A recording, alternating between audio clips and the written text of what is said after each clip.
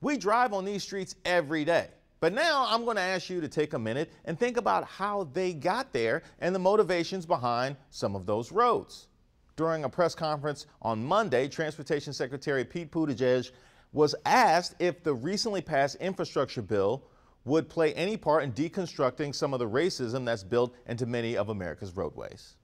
I'm still surprised that some people were surprised when I pointed to the fact that if a highway was built for the purpose of dividing a white and a black neighborhood, or if an underpass was constructed such that a bus carrying mostly black and Puerto Rican kids to a beach, or it would have been, in New York was designed too low for it to pass by, that obviously reflects racism that went into those design choices.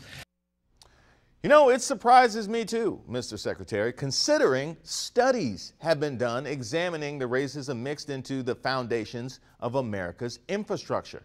Academic papers have been written, books have been published. Case in point, the intent of the underpasses to keep black and brown folks out of the beaches were detailed in the power broker, Robert Caro's 1974 biography on New York planner Robert Moses, who, finding Negroes inherently dirty, slickly barred them from the beaches.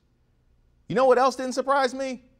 Right-wing commentators and politicians huffing and puffing about Buttigieg's recognition of our racist underpinnings, even on our streets, like Ted Cruz here, who took time away from beefing with Big Bird to tweet, "The roads are racist, we must get rid of the roads."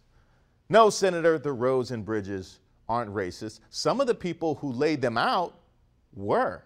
It's fairly easy to understand. A person wouldn't need even, say, a Harvard law degree to get it. But the thing is, you do get it. You just thought you'd get more clicks and attention by responding the way you did, and that's politics in 2021.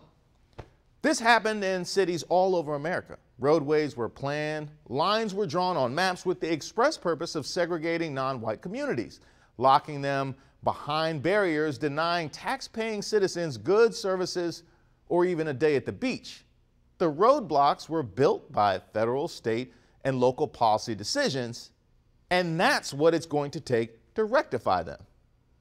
I suggest we get started. And while we're at it, Robert Moses, I'm gonna need your name to come up off of, well, everything.